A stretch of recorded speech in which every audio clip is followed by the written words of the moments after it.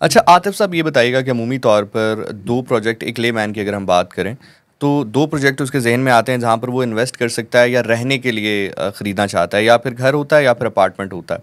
अब घर के बारे में अमूमी तौर पर लोग ज़रा थोड़ा सा कह लीजिए कि इसलिए जाना चाहते हैं कि वो उनको सेफ़ मालूम होता है कि हमारा अपना घर है, एक प्राइवेट स्पेस होगी। अपार्टमेंट थोड़ा सा आप चूँकि शेयर बेसिस पे होती हैं चीज़ें, तो उसमें थोड़ा सा लोग जो है वो रिलेक्टेंट होते हैं। तो लेकिन अगर हम इन्वेस्टमेंट पर्पज़ से बात करें तो आप क्या कहते हैं कि इन्वेस्टमेंट पर्पज़ से either you should go for the apartment और you should go for the house? देखिए जी, मैं आपकी बात से बहुत ज़्यादा मुत्तफ़िक नहीं हुँ, हूँ। हुँ। तो दोनों जो आपने कहा कि घर रहने के लिए अगर कोई ले तो घर is a better option, it's not better at all actually. Hmm, hmm. अब मैं आपको बताऊं कि देखें, हमारा जो, अगर हम इस्लामाबाद में रह रहे हैं, हुँ, हुँ। अगर हम पाकिस्तान का सबसे एडवांस सिटी अगर देखें तो वो कराची है। Hmm, hmm. Karachi is always 10 years ahead of rest of the country actually. तो कराची में सब चीज़ें सबसे पहले होती हैं और फिर पाकिस्तान पूरा उसको फॉलो करता है। तो अगर आप कराची को देखें तो कराची में जितने लोग घरों में रहते थे वो सारे शिफ्ट करके बिल्डिंग्स में मूव कर गए। हमारे अपने रिलेटिव्स जिनके सी व्यू पे बहुत बड़े बड़े घर भी होते थे, उन्होंने अपने घर बेचे और बेच के वो सारे बिल्डिंग अपार्टमेंट्स में शिफ्ट हो गए। तो रीज़न क्या था? सबसे बड़ा जो प्राइमरी रीज़न है पाकिस्तान जैसे मुल्क में या किसी भी थर्ड वर्ल्ड कंट्री के अंदर, वो ये है कि security is the primary concern. घरों में आपको चौकीदार रखने पड़ रहे हैं, घरों में आपको बहुत सारी अरेंजमेंट करनी पड़ती है जिसकी वजह से आप अपने घर को सिक्योर कर सकते हैं, क्योंकि लॉ एंड ऑर्डर का सीरियस इशू है। हम माने या ना माने, इस्लामाबाद में भी है और पूरे पाकिस्तान में है। तो आप जब अपार्टमेंट में चले जाते हैं तो सिक्योरिटी जो है वो आपका जो प्राइमरी कंसर्न है वो एड्रेस हो जाता है, क्योंकि उसमें वहाँ पे नीचे गार्ड्स खड़े हैं, सिर्फ वही लोग अंदर आ सकते हैं जिनको अलाउड है।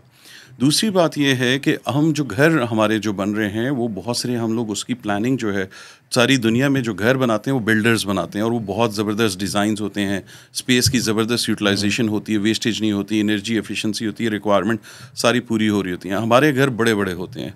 अब हमारा, अगर आप इंग्लैंड में या अमेरिका में कोई घर देखेंगे तो वहाँ पे 800 स्क्वायर फीट से घर शुरू होता है। नॉर्मली घर ज़्यादातर 1200 स्क्वायर फीट के होते हैं। 1600 स्क्वायर फीट के घर को बहुत बड़ा समझा जाता है और 3200 स्क्वायर फीट के घर को मेंशन कहते हैं वहाँ पे।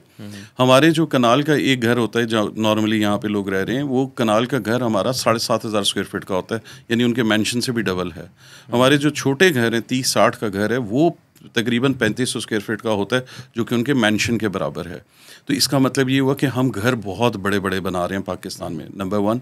नंबर टू, जो घर बना रहे हैं उसमें इतनी स्पेसेस को वेस्ट कर देते हैं और जर्नली वो घर को हम लोगों का, उसमें लॉन्ड्री नहीं है, उसमें जी फलां चीज़ नहीं है, गेस्ट रूम नहीं है, स्टोर नहीं है, ये चीज़ें नहीं, टेरेस नहीं प्रॉपर बना हुआ, तो बड़े शदीद प्रॉब्लम्स होते हैं।